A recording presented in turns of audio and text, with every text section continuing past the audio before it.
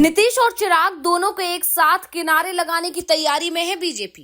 मांझी हुए फायर, पीछे दिख रहा है मोदी का सपोर्ट। आरजेडी का दावा दीपावली से पहले ही होगा बड़ा खेल। मांझी ने चिराग की जगह पशुपति पारस को बताया रामविलास का वारिस। बिहार एनडीए में अचानक ही दरार पड़ती दिखाई देने लगी है। नीतीश कुमार को बीजेपी किनारे लगाने की कोशिश में लगी हुई है। इसके संकेत तो पहले से ही मिल रहे थे। अब दूसरा नंबर चिराग पासवान का है। चिराग पासवान को भी किनारे लगाने की तैयारी शुरू हो गई है और ये भी कहा जा रहा है कि दोनों ही नेताओं को एक साथ किनारे लगाने की कोशिश हो रही है, जिससे एनडीए में हलचल मच गई है। नीतीश का सीएम पद संकट में दिख रहा है। इस बीच आरजेडी की तरफ से भी कहा गया है कि नीतीश और चिराग के साथ खेला होने वाला है। वो दोनों जब तक कुछ समझ पाएंगे तब तक तो उनके हाथ से पार्टी ही फिसल जाएगी। मांझी के बयान और आरजेडी का दावा बता रहा है कि बिहार में कुछ बड़ा खेला होने वाला है, जिससे नीतीश और चिराग खुद भी अब परेशान नजर आ रहे हैं। तो बिहार में राजनीतिक पारा चढ़ गया है। ये सब कुछ तब हुआ जब जीतन राम मांझी ने पशुपति पारस से मुलाकात के बाद एक बड़ा बयान दे दिया।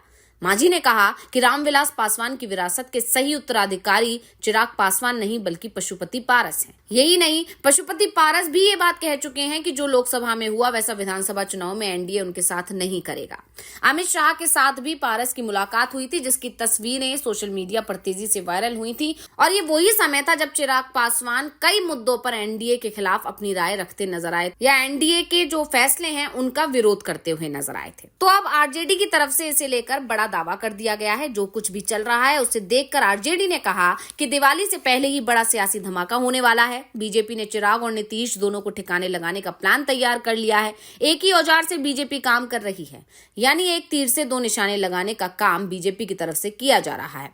तो अब सवाल ये है कि राजद के हिसाब से बीजेपी का औजार कौन है। आरजेडी नेता अत्रि मुनि उर्फ शक्ति सिंह यादव ने दावा किया कि बीजेपी अपने ही साथियों को निशाना बना रही है और इसके लिए औजार के रूप में जीतन राम मांझी को औजार का इस्तेमाल कर रही है। बीजेपी चिराग पासवान को मांझी की मदद से अपमानित करवा रही है। चिराग पासवान ने जिस तरह से वक्फ बोर्ड बिल समेत कुछ मुद्दों पर पीएम मोदी की नीतियों का विरोध किया, उसी की वजह से बीजेपी में बौखलाहट है। यही वजह है कि मांझी ने पशुपति पारस को रामविलास पासवान का वारिस बता दिया। दिल्ली से भी खबर मिल रही है कि अमित शाह ने भी चिराग को धमकाया है, लेकिन जब इसका कोई असर नहीं दिखा तो अब चिराग को किनारे लगाने की कोशिश हो रही है। आरजेडी ने इससे एक कदम आगे बढ़कर यह भी दावा किया कि बीजेपी के टारगेट पर नीतीश कुमार भी हैं, इसीलिए वो चिराग के साथ उन्हें भी निपटाने की तैयारी में है। वैसे कहा जा रहा है कि बीजेपी एक बार फिर से नीतीश कुमार के साथ खेल कर सकती है, क्योंकि उसके टारगेट पर बिहार का सीएम पद है।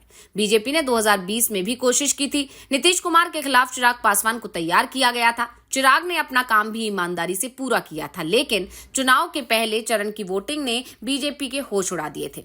दरअसल सियासी पंडितों का कहना था कि बीजेपी नीतीश को कमजोर बनाना चाहती थी, लेकिन ये नहीं चाहती थी कि सत्ता ही हाथ से चली जाए। 2020 में बिहार विधानसभा का चुनाव 3 चरण में हुआ था, जिसमें पहला राउंड एनडीए के मजबूती वाले हिस्से में था और वोटिंग के बाद जब बीजेपी के कार्यकर्ताओं ने फीडबैक लिया तब हाईकमान के होश उड़ गए थे, क्योंकि नीतीश को निपटाने के चक्कर में पूरा एनडीए ही निपट गया था। बीजेपी के इंटरनल रिपोर्ट में बताया गया कि पहले राउंड में महागठबंधन ने स्वीप कर दिया है और बचे हुए 2 राउंड में भी स्थिति में ज्यादा बदलाव नहीं होने वाला है। इसके बाद बीजेपी ने चिराग को किनारे कर पूरी ताकत लगा दी थी। सत्ता तो किसी तरह से मिल गई, लेकिन नीतीश कुमार को बड़ा झटका जरूर लगा था और अब बीजेपी की तरफ से एक बार फिर से तैयारी की जा रही है। पहले चिराग थे तो अब मांझी तैयार हो रहे हैं। मांझी नीतीश और चिराग दोनों पर ही निशाना साध रहे हैं। वैसे ये सवाल भी उठ रहे हैं कि मांझी अगर नीतीश पर निशाना साध रहे हैं तो वो एक रणनीति मानी जा सकती है, लेकिन चिराग पर वो निशाना क्यों साध रहे हैं? तो इसके पीछे का सबसे बड़ा कारण दलित राजनीति को माना जा रहा है।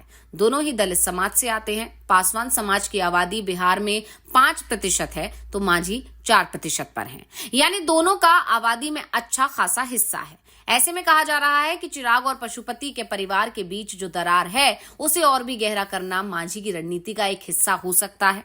कहा जा रहा है कि जीतन राम मांझी बहुत दूर की सोच रहे हैं। दरअसल बिहार की राजनीति में दलित राजनीति का स्पेस जो रामविलास पासवान छोड़ गए हैं, उसकी हकदारी के लिए ही ये मारामारी हो रही है। चिराग पासवान युवा हैं और बिहार की दलित राजनीति में उनकी पैठ लोकसभा चुनाव में दिखी भी। एलजेपीआर 100% स्ट्राइक रेट देकर दलित नेतृत्व पर वर्चस्व कायम करता दिखा। जीतन राम मांझी के पुत्र संतोष सुमन भी काफी पढ़े लिखे और अभी राज्य सरकार में मंत्री हैं। एलजेपी विभाजित रहेगी तो हिंदुस्तानी आवाम मोर्चा अपनी ताकत बढ़ा सकता है और इस ताकत की बदौलत बीजेपी के और करीब भी आ सकता है। और ऐसे में संतोष सुमन को मांझी दलित राजनीति का एक अहम चेहरा बना सकते हैं। वैसे ये भी कहा जा रहा है कि बीजेपी का पावर संतुलन का खेल खेलने में कोई तोड़ नहीं है। ऐसे में कहीं मांझी का बयान बीजेपी के इशारे पर तो नहीं दिया गया है, क्योंकि कब किसको आगे बढ़ाना है और कब किसकी पीठ से हाथ हटा लेना है, ये पार्टी अच्छी तरह से जानती है।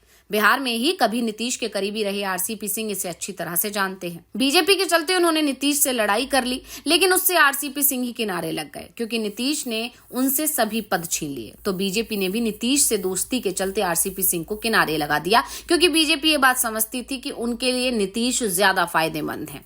ऐसे में अब मांझी एक मोहरा हो सकते हैं जिन्हें चिराग के खिलाफ आजमाया जा रहा है।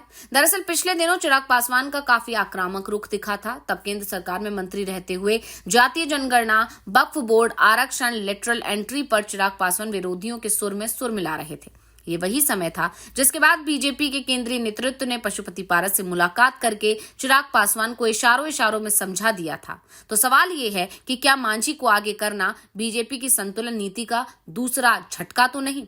यानी बीजेपी अब मांझी के सहारे से कहीं ना कहीं चिराग पासवान को यह एहसास दिला रही है कि सिर्फ आप ही की जरूरत नहीं है, यानी पशुपति पारस उनके पास हैं और पशुपति पारस के सहारे या पशुपति पारस की छवि को स्ट्रॉन्ग करके बीजेपी अपना काम बिहार में निकाल सकती है। यानी उसे सिर्फ चिराग पासवान की ही जरूरत नहीं है। और ये सब कुछ शुरू हुआ तब जब चिराग पासवान के बयान कहीं ना कहीं बीजेपी आलाकमान के विरुद्ध नजर आए। कहीं ना कहीं कई फैसलों पर चिराग पासवान अपनी अलग राय रखते हुए नजर आए। इसलिए अब जीतन राम मांझी को आगे करके बीजेपी कहीं ना कहीं चिराग को यह संकेत देने की कोशिश कर रही है कि हमारे पास पशुपति पारस हैं और पशुपति पारस ही असल में सही उत्तराधिकारी साबित होंगे और पशुपति पारस के जरिए से बीजेपी का काम हो जाएगा। यानी इस समय बिहार में बहुत ज्यादा बवाल मचा हुआ है। नीतीश कुमार और चिराग पासवान ने जिस तरह से बदले हुए तेवर दिखाए, उससे बीजेपी का आलाकमान जो है अब टेंशन में है और इसलिए वो अपने काम पर लग गया है।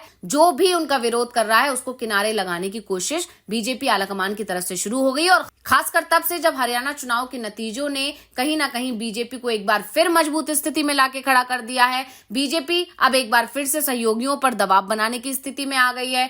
वहीं दूसरी तरफ चिराग पासवान को किनारे लगाने की बात इसलिए भी की जा रही है क्योंकि सिर्फ तमाम मुद्दों पर आलाकमान के खिलाफ जाना या फिर एनडीए सरकार के खिलाफ बयान देना या फिर एनडीए सरकार के फैसलों का विरोध करना सिर्फ एक यही वजह नहीं है, बल्कि चिराग पासवान ने झारखंड में ये भी कह दिया है कि अगर एनडीए उन्हें सीट नहीं देगी तो चिराग पासवान अलग से चुनाव भी लड़ सकते, वो कई सीटों पर अपने उम्मीदवार उतार सकते हैं, क्योंकि उनका जो गठबंधन है बीजेपी के साथ वो सिर्फ बिहार के लिए, उसके बाद दूसरे राज्यों में वो और उनकी पार्टी स्वतंत्र है कोई भी फैसला लेने के लिए। तो ये तमाम चीजें देखते हुए अब चिराग पासवान भी कहीं ना कहीं बीजेपी को खटक रहे हैं और इसी वजह से बीजेपी की तरफ से जीतन राम मांझी को आगे किया गया। और जीतन राम मांझी जो भी बयान दे रहे हैं वो सब कहीं ना कहीं बीजेपी के इशारे पर ही दे रहे हैं, ऐसा दावा राजनीति के जानकारों की तरफ से किया जा रहा है। तो आपको ये जानकारी कैसी लगी हमें कमेंट करके अपनी राय जरूर दीजिएगा। इसी के साथ वीडियो को शेयर करें, वीडियो को लाइक करें और चैनल को सब्सक्राइब करना ना भूलें। धन्यवाद।